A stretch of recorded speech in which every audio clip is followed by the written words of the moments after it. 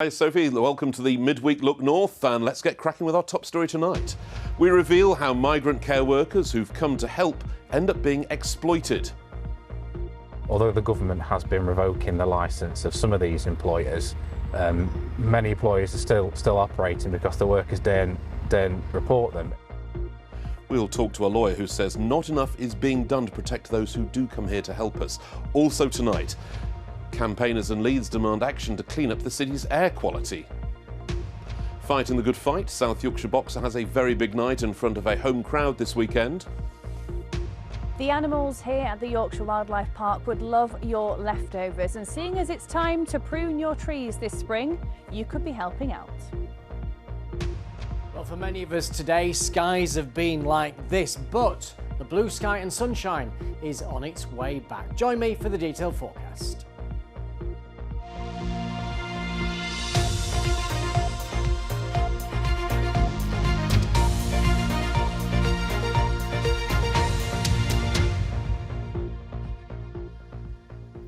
Hello there, nice to see you.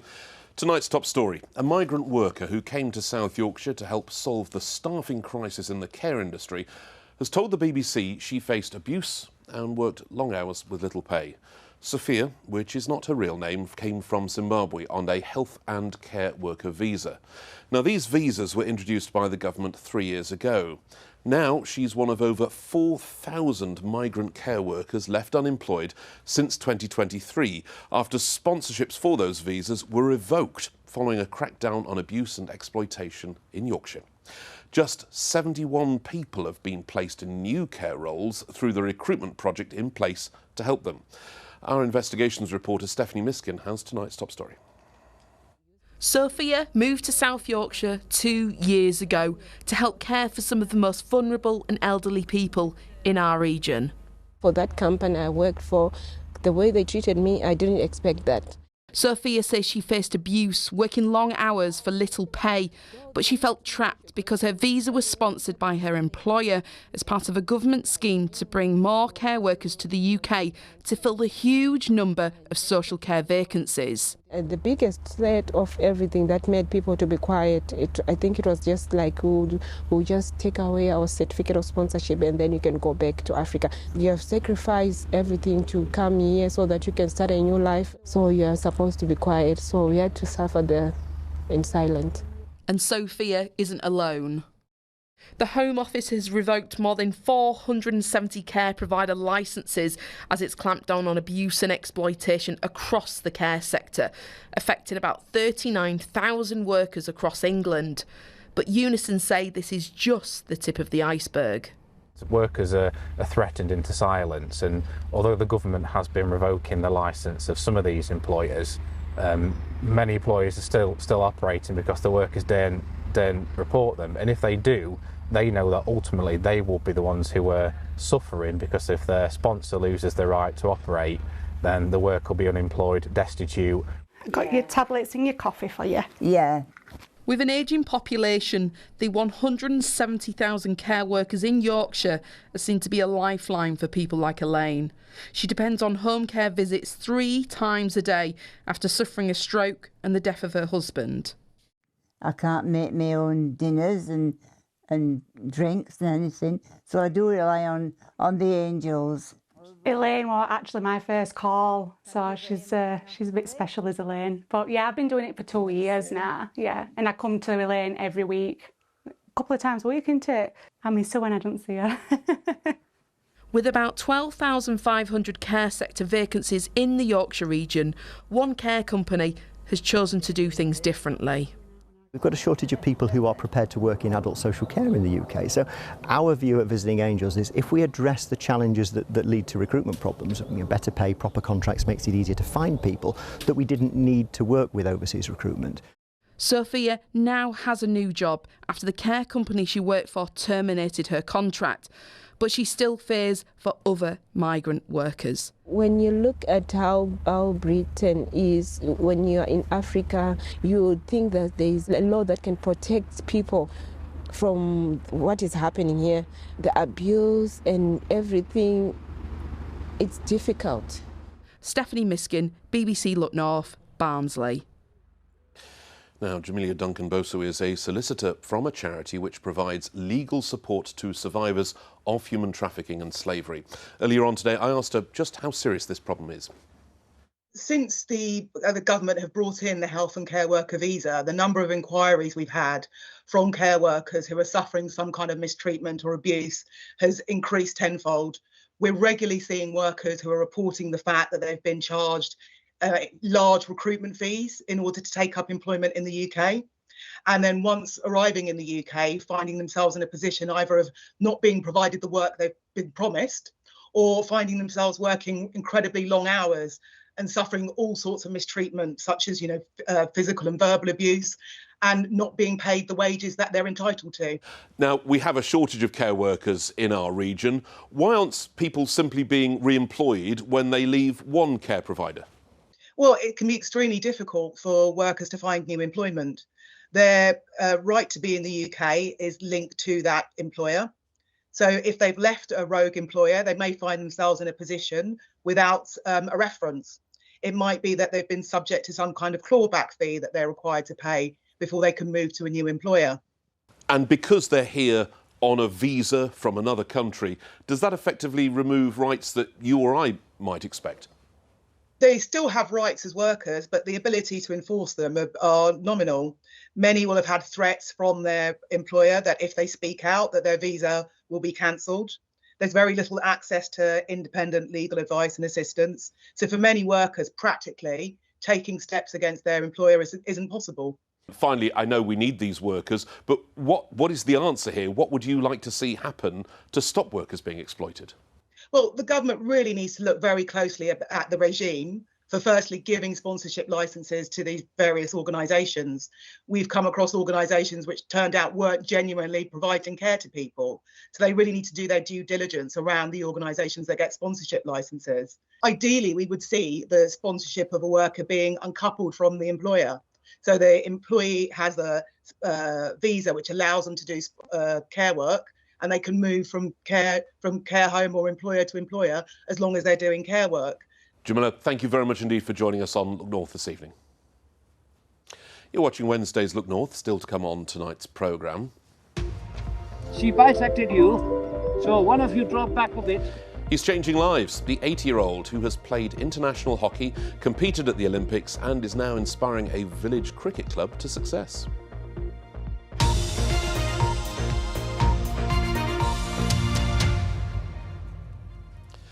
Now, some other news coming into the newsroom, and two men have been found guilty of murdering a father of two during a fight in a car park. Lee Peter Davis was attacked in Drummond Street in Rotherham last June. A murder trial has been taking place at Sheffield Crown Court. Ollie Constable has the latest. Lee Davis was found critically injured on Drummond Street last June after being stabbed during a brawl in the car park. Emergency services were called there in the early hours of the morning. Mr Davis was taken to hospital but died a short time later. A 3-week trial has been taking place here at Sheffield Crown Court for 3 men accused of murdering Mr Davis. 37-year-old Simon Welsh of Rotherham and 27-year-old Jake Shaw, also of Rotherham, were today found guilty of murder. Russell Street, got sighting! This was the moment Welsh was chased by officers and arrested 10 hours after the fight. Get down on the ground! You're under arrest on suspicion of murder. You don't have to say anything in the armed defence. You don't mention it. They both went on to deny murdering Mr Davis during the court case. Mr Davis's family today said they felt justice had been served after the guilty verdicts from the jury. They said losing their son had taken an enormous toll on their entire family. They said it would be missed beyond measure, especially by his 2 young children. Well, a third man, Martin Shaw, was found not guilty of murder during the same trial. Simon Welsh and Jake Shaw are due back here for sentencing in June. Ollie Constable, BBC Look North at Sheffield Crown Court. Well, meanwhile, a man has died following a street fight in Stocksbridge in South Yorkshire. A large fight broke out on Saturday evening at Knoll Close in the town. Tributes have been left at the scene. 4 people were arrested on suspicion of attempted murder. A woman who is 35, a man who is 37, and 2 other men who are both 30 years old. Detectives say CCTV footage shows people watching the disturbance, and they've asked witnesses to come forward. The former sub-postmaster Lee Castleton from Scarborough has been honoured with an OBE today by the Princess Royal. Lee was in the King's New Year Honours list for his work campaigning for justice for hundreds of post office workers who were wrongly prosecuted in the Horizon IT scandal. Today's investiture at Windsor Castle comes as Sir Alan Bates calls on victims of the scandal to take legal action against the government over compensation delays. Now, most of our neighbourhoods in Yorkshire and the Humber have unsafe air quality, despite pollution falling by 40% in the last decade. That's according to Friends of the Earth. The Environmental Pressure Group says by World Health Organisation standards, UK pollution levels are too high. West Yorkshire has patches of high pollution in comparison to the more rural county of North Yorkshire, as Heidi Tomlinson reports. It's noisy walking here, isn't it? Yeah, I can barely hear you. Getting outside during school holidays is always good for children, so long as they're inhaling clean air. In Leeds, climate activist Jennifer Roberts monitors pollution via a sensor in Alwoodley. Today it's low, but that isn't always the case. I check it every morning. I wonder what it's doing to my kids. I wonder what it's doing to us. I wonder what it's doing to nature. Emissions can be very high here due to the ring road and school runs to 7 local primaries. Jen's convinced her teenage daughter's asthma is triggered by traffic fumes. Well, traffic's lighter than usual because of the Easter holidays, and even when it's heavy, you can't see the fumes or smell them. But Friends of the Earth say that 20 areas of Leeds have very high pollution. Some of those, in fact, have double the levels recommended by the World Health Organisation.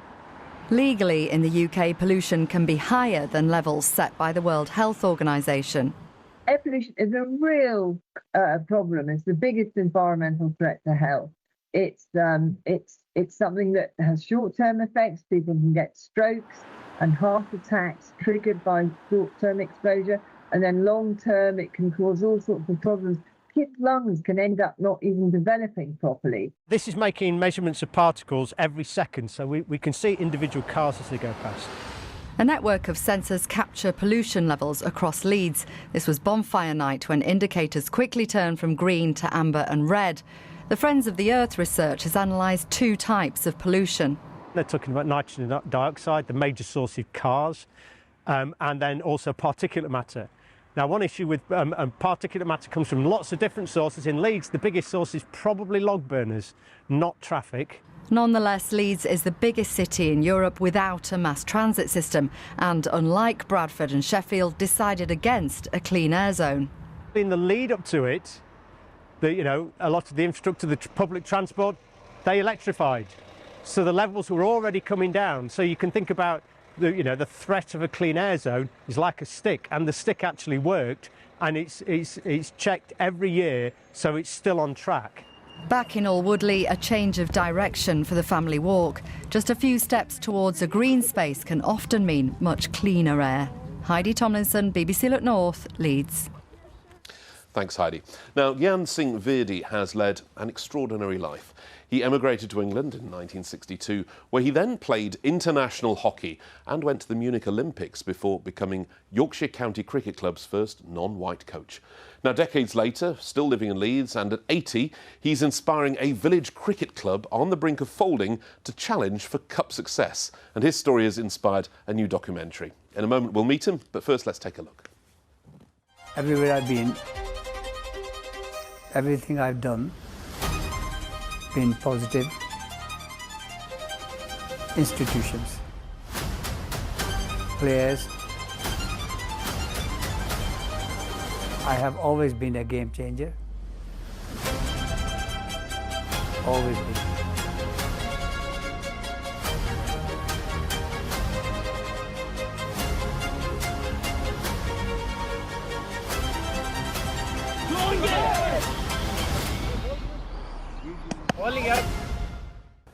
That looks extraordinary, a whole sweep of history. I'm joined by Gyan and Paul, who made the documentary. Now, Gyan, first of all, you've done everything by the look of it, so what was it like to be asked to have a documentary made about your life?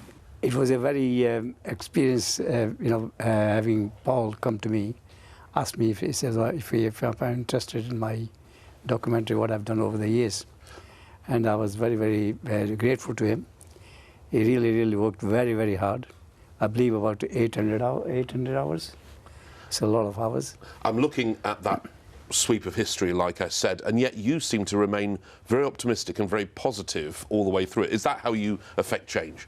Yes, we believe in this. You know, our upbringing as a Sikh, we are a very positive, you know, nation, and everything I do, not only myself, we were taught that way to be positive, never look negative.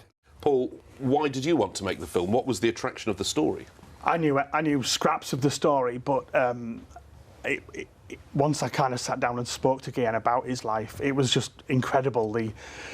The positivity, the ambition, the resilience that this man has shown throughout his life, and the way he came in and turned our cricket club around was just extraordinary. So I just thought it was a great story there, waiting to be told. I think we could talk about so much. The Munich Olympics, which of course tinged by tragedy, your relationship with Sachin Tendulkar, but I want to talk about these ladies behind you. Is it the Crossgates cricket team? It's their first season. You had... you could say put your feet up by this stage in your life, but no, you've taken them on and taken them into real contenders, haven't you? That's 100% right, absolutely. It's another challenge, but I did work with the Yorkshire ladies and Leeds Uni and also Met Uni, and I won the championship for the Leeds Uni, but the Yorkshire took over the Leeds Uni, then I took Met. And then we beat Leeds University. Brilliant. So the story goes on of achievement. On and on. Where can we see this documentary? Well, it's there's various screenings of it around the region at the moment going on. I will be hosting an event at our cricket club in our pavilion, which Gian helped build, and yeah, there's a schedule of events that are in place. Looking forward to catching up with it. So, Paul and Gian, thank you very much, and all the best for what is clearly not going to be any sort of retirement anytime soon. No chance. Only when only when you're called. When you call, my number is up. That it. Thank you very much. Thank you. Thank you. Lovely to meet them both earlier. And talking of cracking stories, the CBeebies team have brought their iconic Bedtime Stories programme to Bradford as part of the UK's City of Culture celebrations. Over the past 2 days, they've been at the brand new pop-up venue, The Beacon in Wibsey Park, giving families the chance to hear stories read by some very familiar faces, including Yorkshire's very own George Webster. Now, this weekend sees British, Commonwealth and European title holder Dalton Smith headlining a night of boxing in front of a home crowd in Sheffield. His fight is being billed as a stepping stone to the world title attempt he craves. On the undercard is another South Yorkshire boxer who's living his dream, electrician turned pro fighter Josh Padley. Here's our sports reporter, Sally Hurst. I train harder than ever. I'm so close to reaching my childhood dream. Dalton Smith is used to being in the spotlight. He's been boxing since he was 11 years old and as a pro is unbeaten. But he's still waiting for a world title fight. And to get a shot at that, he needs to win his next match against Frenchman Mathieu Germain. Dalton is a favourite going into this bout, 17 fights unbeaten. But with that world title chance on the line, he can't afford any slip-ups.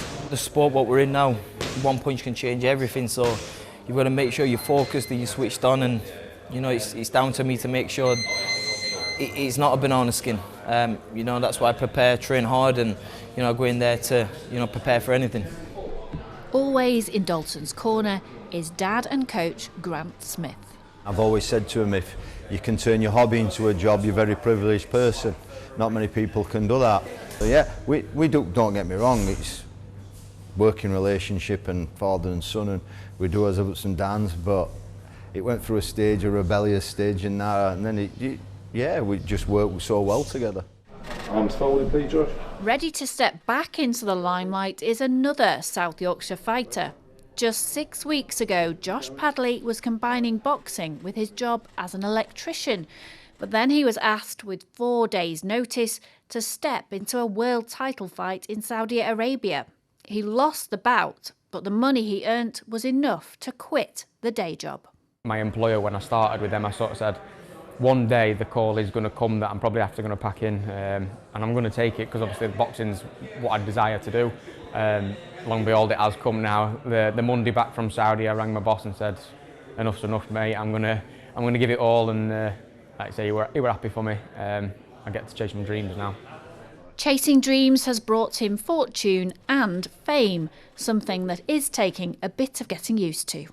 Even like when I go to Meadowhall on a weekend with my missus and that, people are stopping asking for photos and stuff, which is dead strange. But like I say, soak it all in. It's part of my job now. That is my job. So take it all in my stride and just keep doing what I can do.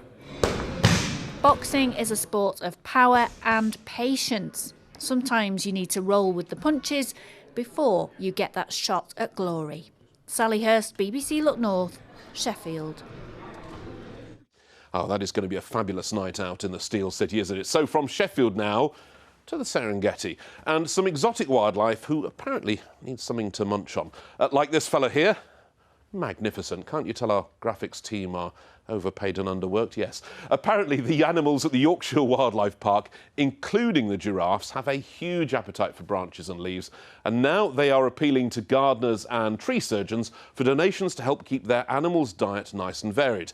Our reporter, rising like an empress above the Serengeti, Beth Parsons. Now, spring is often a time for pruning the garden and maybe cutting back some of the trees that have been getting overgrown in your garden. Well, here at the Yorkshire Wildlife Park, they are particularly interested in your leftovers. I'm here with Kiri. You work at Yorkshire Wildlife Park. Can you tell us who this is and what animal this is? It looks like a zebra, donkey, giraffe, horse cross. Yeah, a lot of people say that. So this is Cora. Cora's an okapi. So these are an endangered species from the Congo rainforest. We're incredibly lucky to have them here. I'm very, very lucky to work with her. But yeah, she's super special. And she's currently enjoying, I believe, willow Yes. and another type of tree. And some field maple as well. Field maple. Yeah. Tell us what you're needing from people, particularly if they're tree surgeons around the area. Yeah, so what we're really looking for is large-scale tree work. So tree surgeons are great, anyone who's doing any kind of big-scale tree work, to get in touch with us really. We're looking for quite a lot, so the loads we take are normally like 16 branches to 20 branches, something like that. We have a 16-foot trailer, so we can take massive loads, and that's really what we're looking for. So when I turn up with something like this isn't quite what you're yeah, looking for. We You want want a little bit big more. amounts. Okay. Yeah, so it's not just for these guys, it's also for our giraffe and our rhinos, so it is a lot that we get through. It's not that you're short of food. It's not like the animals are, at risk because they've not got anything to eat. It's you want to give them a bit of variety when it comes to the foliage. Yeah, that's exactly it. So we do have plantations on site. We've got a lot on site, and we're constantly planting to make sure that we're rejuvenating what we're taking as well. But we don't have a massive variety, and it's nice to just have those different types of trees to give them because their natural diets would be really varied. It helps both ways really, and it means that the trees are going to good use, and then once the animals are finished eating them, we also chip them, and then we'll use them in enclosures and reserves as well. The other thing to just bear in mind is bird nesting season, so we do want to be really responsible if people are looking at getting tree work done, a large scale or small scale. Just make sure you're being responsible and aware of the laws surrounding bird nesting season. Brilliant. All right, well, you need to have a quick zoom in and have a look at Cora before we go, but the long and short of it is, if you're pruning your trees and you have leftovers, people or animals like Cora, like this, would really appreciate it. And all the information is on the Yorkshire Wildlife Facebook page. And no doubt easier than a green waste bin because it empties itself as well. Have you got any clippings to donate? Yeah, I've got a pyracantha. I don't think that will go down very well. I've just got a sneaky feeling that they might end up backfiring. It might end up backfiring. They'll be inundated. Absolutely inundated. Yes, it's going to be like a compost heap there, Absolutely. isn't it? But mountains. It'll keep the animals happy. Yes, it will indeed. Now, did you see some sunshine today? There wasn't much of it about. That was Castleford, as Big T drove up what looks like the M1 there, and the next one was taken very early this morning, Doncaster Lakeside. There was a lovely sunrise there before it clouded over, but I'm pleased to report that the sunshine is on its way back, and the Easter weekend is not looking too bad. If you've got any pictures you'd like to send to me, then the addresses are on your screen right now. So tomorrow, a much better day, much less windy, mostly dry. There should be plenty of sunshine around, especially in the morning. And the really good news is this system, which earlier in the week looked as though it was going to spoil the Easter weekend, but it now looks as though it's going to grind to a halt. It'll certainly spoil things down in Devon and Cornwall, but for us here in Yorkshire, it looks mostly fine and there will be some sunshine around at times. Now there's the feature that's brought the wind and some rain actually across western areas. It's been cold, especially across the Pennines as well today. So that feature will continue to spin away northwards. A little bit of sunshine to come across South Yorkshire for time this evening, and then overnight, apart from 1 or 2 showers across the Dales, it should be mostly dry with clear spells. We'll see temperatures down to 4 or 5 degrees. So tomorrow's high water times, a lovely day along the coast. Scarborough 7:22 and Bridlington at 7:34. So the odd shower across the Pennines first thing, but for most of us, it's a lovely start, dry with some long spells of sunshine. I think into the afternoon, we're at that time of the year where we could see clouds bubbling up, an outside chance of an isolated shower, but I think most of us will remain dry with further spells of sunshine. Now today across the Pennines, we've struggled to get into double figures, but tomorrow it will feel warmer. 15 in Leeds and Doncaster. That's 59 degrees Fahrenheit. And then for Good Friday and much of the Easter weekend, there will be variable amounts of cloud, but also some sunshine, and it looks predominantly dry. It could be worse. Are you threatening a nice bank holiday weekend? What could possibly go wrong, Tom? Absolutely, and that's a cast iron guarantee. You can take it to the bank. Thanks for your company. We're back at 10:30 from your Wednesday night team. Bye-bye for now.